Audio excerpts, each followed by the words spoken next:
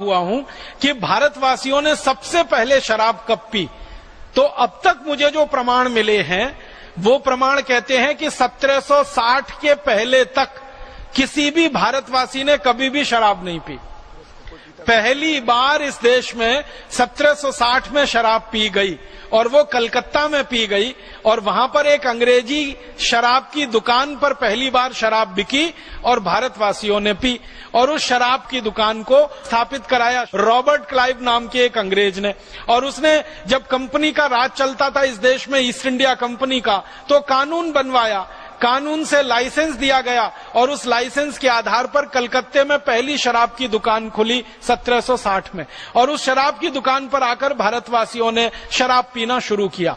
Robert Clive के समय में जब ये शराब की दुकान खुली और जिस अंग्रेज अधिकारी की पहली नियुक्ति इस दुकान पर हुई, उस अंग्रेज अधिकारी को एक बार लंदन की संसद में बुलाया गया था बयान देने के लिए। तो वो अंग्रेज अधिकारी जब लंदन गया संसद में बयान देने के लिए तो उससे पूछा गया कि बताओ तुम्हारे शराब का धंधा कैसा चल रहा है। तो उसने कहा बहुत अच्छा चल रहा है। तो अंग्रेज संसदीय समिति के सदस्यों ने कहा ये तुम क्या बोल रहे हो, भारत में शराब का धंधा अच्छा चल रहा है। उसने कहा हाँ बहुत अच्छा चल रहा है। तुम्हारे पहले कैसा चलता था? उसने कहा मेरी शराब की दुकान खुलने के पहले तो कोई शराब पीता ही नहीं था। मैं तो पहला आदमी हूं जिसने कलकत्ता के लोगों को शराब पीना सिखाया। तो तुम्हारी दुकान पर लोग आते हैं, हाँ आते हैं, भीड़ की भीड़ आ रही है। तो तुमने क्या किया उनको अपनी दुकान पर बुलाने के लिए, आकर्षित करने के लिए? तो उसने एक बात कही संसदीय समिति के सामने, जो अंग्रेजों की संसद के रिकॉर्ड्स में दर्ज है। वो कहता है कि मैंने सबसे पहले मुफ्त में शराब पिलाई भारतवासियों को। उसने कहा कि मैंने एक बोर्ड लगा दिया शराब की दुकान के बाहर और उस पर लिख दिया और उसको बांग्ला भाषा में लिखा, पहले अंग्रेजी में फिर बांग्ला में, और उस पर यह लिखा कि यहां मुफ्त में शराब मिलती है, आइए पीजिए, आनंद लीजिए। ऐसा करके बोर्ड पर लिख दिया। तो एक आया, उसने चखा, फिर दूसरे दिन वो 2 को और लेके आया, फिर तीसरे दिन 3 को लेके आया। तो कहने लगे अब तो मेरे पास ऐसे ग्राहकों की संख्या हो गई है कि जिनको पहले मैंने मुफ्त में शराब चखाई थी अब वो घर से पैसे चुरा कर लाते हैं और मेरी शराब पीकर वहां से जाते हैं। तो अंग्रेजी संसदीय समिति बड़ी खुश हो गई। उसने कहा तुमको तो पुरस्कार मिलना चाहिए। तो वो कहता मुझे अगर पुरस्कार देना है तो एक लाइसेंस और दे दो, दूसरी दुकान में वहीं खोलना चाहता हूं शराब की। तो दूसरी दुकान खुल गई, फिर तीसरी खुल गई, फिर चौथी खुल गई। एक दिन 350 दुकानें हो गई कलकत्ता में और ये दुकानें बढ़ती नहीं। अंग्रेज इसको बढ़ाते रहे, शराब पीने का कानून बना दिया। कानून में यह लिख दिया कि अगर कोई बालिग हो गया तो शराब पीने का अधिकारी हो गया। जब तक वो नाबालिग है तब तक ना पिए, बालिग हो गया तो पीने लगे। अब हमारे यहां अंग्रेजों के जमाने में बहस चली कि भारत में कोई बालिग है या नाबालिग है, इसकी उम्र क्या मानी जाए। तो आपको सुनकर हैरानी होगी, मैं सबको बताना चाहता हूं कि सालों साल अंग्रेजों ने बालिग होने की उम्र 14 साल रखी, फिर उसको 16 साल किया, फिर आते आते वो 18 साल हो गई। माने थोड़े समय तक ये था कि 14 साल के ऊपर हो जाए तो शराब पी ले। तो अंग्रेजों को पूछा गया कि तुमने ये 14 साल कैसे रख दिया? तो उन्होंने कहा हमारे इंग्लैंड में 14 साल में सब शराब पीने लगते हैं, तो हमने भारत में भी रख दिया। आप जानते हैं इंग्लैंड में 12-14 साल के बच्चे शराब पीने लगते हैं क्योंकि उनके माता पिता पीते हैं, देख देख के वो भी पीने लगते हैं। यूरोप में भी 12-14 साल में शराब पीने लगते हैं।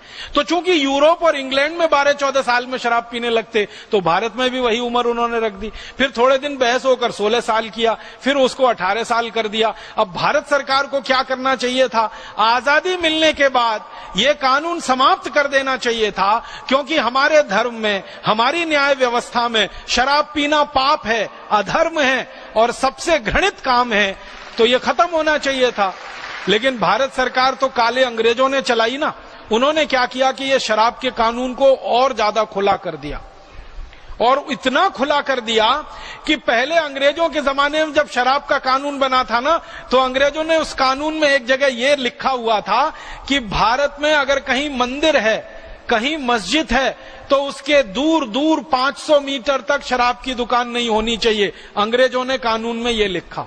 मंदिर है, मस्जिद है, गुरुद्वारा है, चर्च है, कोई धर्म स्थान है, उससे 500 मीटर दूर तक कोई शराब की दुकान नहीं होनी चाहिए। फिर इसी में अंग्रेजों ने एक और वाक्य जोड़ा था कि विद्यालय है, विश्वविद्यालय है, कॉलेज है, तो उसके दूर दूर 500 मीटर तक शराब की दुकान नहीं होनी चाहिए।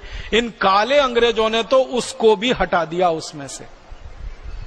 इन काले अंग्रेजों ने आजादी के बाद जो कानून बनाया है, अब वो कानून ये है कि मंदिर के सामने शराब की दुकान है, मस्जिद के सामने शराब की दुकान है, गुरुद्वारों के सामने शराब की दुकानें हैं, और खाली शराब की ही दुकानें नहीं है, उससे ज्यादा और भी घृणित काम करने के दूसरे अड्डे वहां खोले हुए, जुए के अड्डे हैं, वैश्यावृत्ति के अड्डे हैं।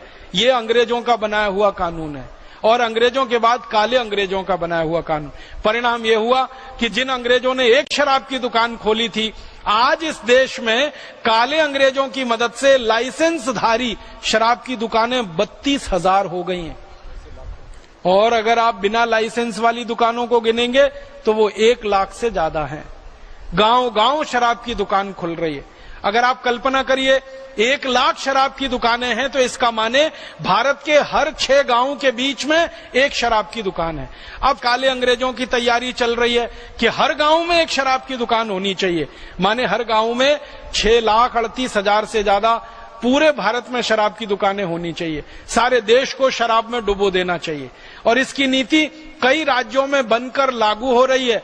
कई राज्यों ने तो यहां तक तय कर लिया है कि गांव गांव में ही शराब नहीं मिलेगी, वैन चलाएंगे शराब बेचने वाली। जैसे मरीजों को ले जाने के लिए चिकित्सा सहायता वैन होती है ना, वैसे शराब बेचने के लिए वैन। दिल्ली सरकार का फैसला, राजस्थान सरकार का फैसला, भारत के कई राज्य सरकारें अब वाहन चलाएंगी, मोबाइल वैन चलाएंगी, उनमें गांव गांव जाकर, घर घर जाकर शराब परोसी जाएगी और लोगों को बेची जाएगी। हम कैसे कहें भारत स्वतंत्र हो गया? अंग्रेजों ने भारतवासियों को शराब में डुबोया तो उनके पीछे स्वार्थ था कि भारतवासी नशे के शिकार बने, इनको गुलाम बनाया जाए और लूटा जाए। अब आजादी के बाद के काले अंग्रेज भी भारतवासियों को शराब में ही डुबोना चाहते हैं, तो कैसे कहें देश स्वतंत्र है, देश स्वाधीन है, देश आजाद है? अभी भी ये देश परतंत्र है।